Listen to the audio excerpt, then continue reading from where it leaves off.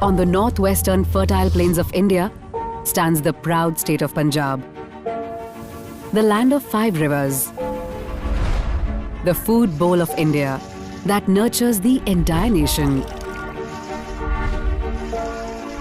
It's a place steeped in history, in poetry, in dance and music. A spiritual place, the home of gurus that birthed Sikhism.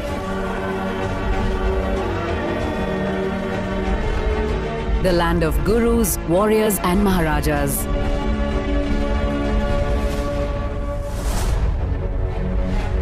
As the Punjabis believe, you will reach the destination once you start. Journey with us to the heart of this land, where its people tell us what makes it the most joyous place in the world. Come explore my home, my Punjab. Mera rangila Punjab, mera rangila Punjab, mera rangila Punjab.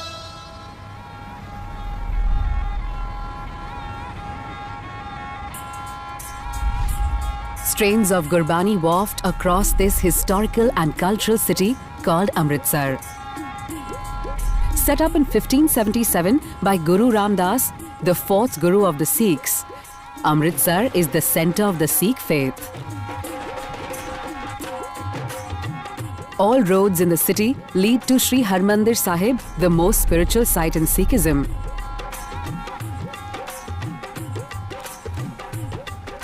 Built at a lower level than the surrounding land, the Gurudwara teaches humility.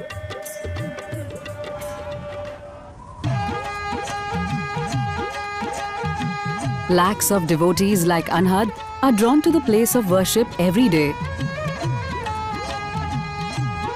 The spirit of seva, of service ingrained in them quite young. The call of the divinity brings them here at around 4 a.m.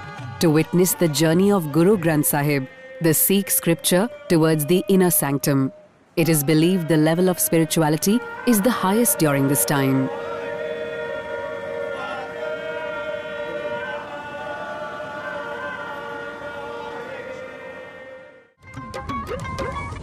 Seva or service is at the heart of Sikhism, a divine duty.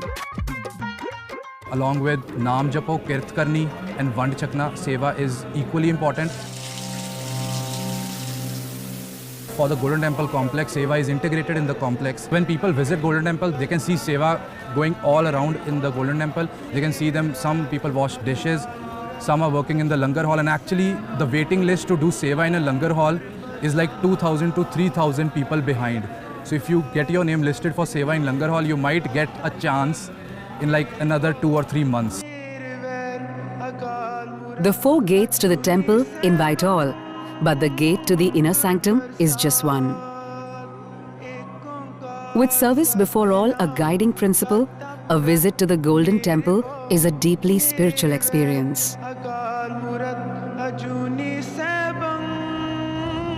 To make their way to the Golden Temple, devotees will walk past the by-lanes of the oldest market in the walled city. Recently spruced up to cater to the pilgrims, the heritage market is littered with souvenirs. Over 300 shops display Punjabi handicraft, the intricately threaded shoes, and pulkari drapes worn by Punjabi men and women, and bright hues of cloth used for turbans. But the riot of colors also stands witness to another more painful history. Housed in the historic town hall stands for Partition Museum. It's a reminder of what this city has lost and what it will not forget. Partition of India was one of the most defining moments in the history of the subcontinent. The museum opened its doors on 17th August 2017, 70 years after India's independence. 17th August is now marked as Partition Remembrance Day. The trustees have painstakingly curated memorabilia, letters, pictures, oral histories, and even broken door frames and empty utensils.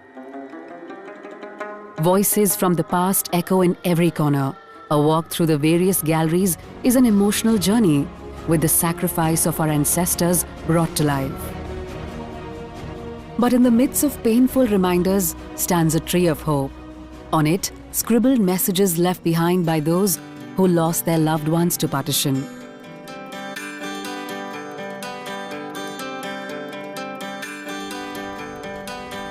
A short walk from Partition Museum stands another monument of remembrance that honors the darkest times in Punjab's history. On 13th April 1919, on the day of Baisakhi, the harvest festival, thousands of Punjabis had gathered for a public meeting in Jallianwala Bagh. Within minutes, the place erupted with sounds of gunfire. The only entrance to the garden was blocked by the British soldiers. The brick wall that those trying to escape clambered on still stands, with bullet marks, a powerful reminder of lives lost.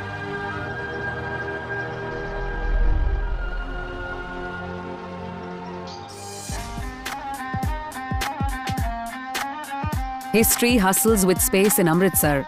The city is not to be explored in cars. Put on your cycling shorts and hop onto a tour on the wheels with young cycling enthusiasts.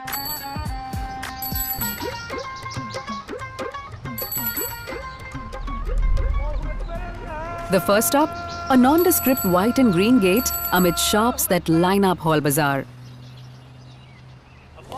Khairuddin Mosque opens up to a large courtyard. It was built over 100 years ago, but the Islamic architecture of the place is still intact.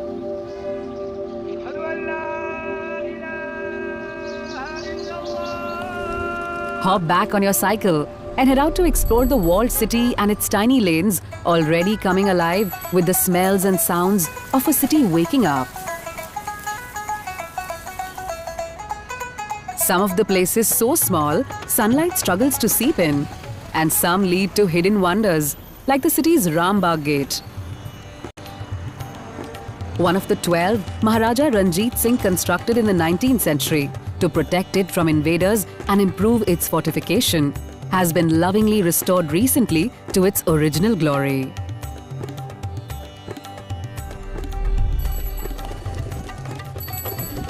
As per Amritsari tradition, the early morning ride is only complete when you make a pit stop for a cup of hot bubbling tea at one of the city's popular tea stall. The center of Sikhism is also home to another significant place of worship for all faiths. 12 kilometers west of Amritsar lies a temple surrounded by an ancient water tank. Ram Tirath Temple is thought to be the ashram of Maharishi Valmiki, who is credited with having written the mythological epic Ramayana. According to the legend, also featured in Ramayana, it is at this temple that Sita took refuge once she was abandoned by Lord Ram. And it is here that her sons Lav and Kush were born. The entire complex has a number of temples, which exhibit scenes from the Ramayana, making it an important place for devotees of all faiths. The best time to visit is during a 4-day fair in November, when the temple comes alive with sounds of music and prayers. Another hidden gem in the city is the Durgiana temple. The 16th century temple is dedicated to goddess Durga. While in Amritsar, one must also witness the Sunday Mass at St. Paul's Church, one of the oldest in Amritsar.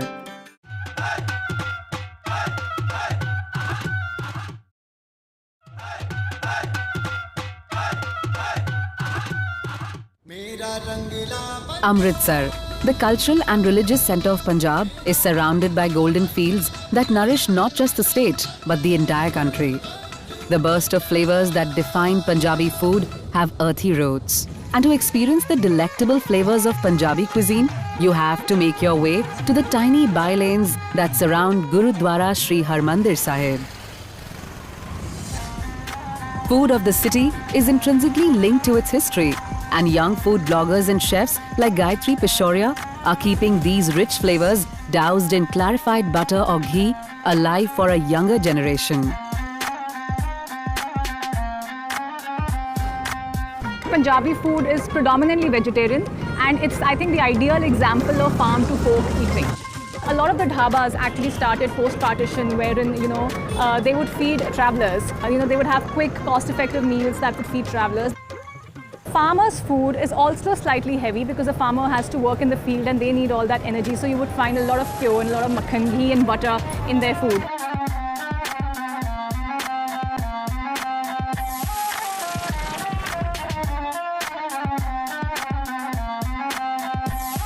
So the Amritsari kulcha, you would notice, is very different in its technique and taste. One of the stories is, and this is something my grandfather told me, that Maharaja Ranjit Singh, say back in the day, used to have cooks from different nationalities in his kitchens. And one of those nationalities was French. And these French cooks are actually known to have improvised on that recipe, wherein they knead the kulcha dough in a very similar way that they would make the French puff pastry.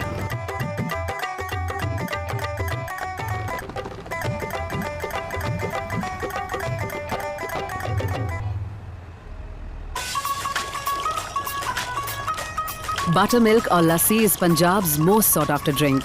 There's the lighter sweet and salted kind. But when in Amritsar, you have to have peda lassi. So if you were to visit us, not only we would welcome you with a big fat hug, but we would also want you to be part of our families, part of our culture by actually sharing a meal with you, by really inviting you on our tables, which is our way of saying welcome to our home. It's time to leave the hustle and bustle of Amritsar behind to travel further back in time, when Punjab was ruled by valiant kings and warrior princes, to the time of the Mughals and British invaders. A few kilometers away from the holy shrine is one of the oldest forts in the region. Spread over 43 acres, Gobindgarh Fort's history is linked to the history of Punjab itself, going back to over 250 years.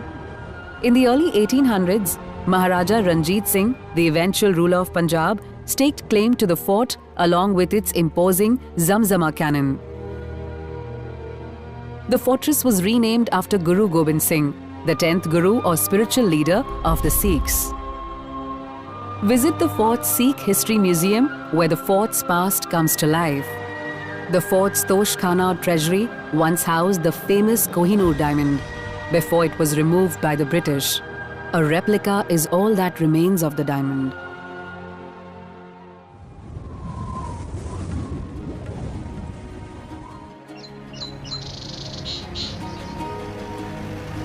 Punjabis like to wear their patriotism on their sleeve.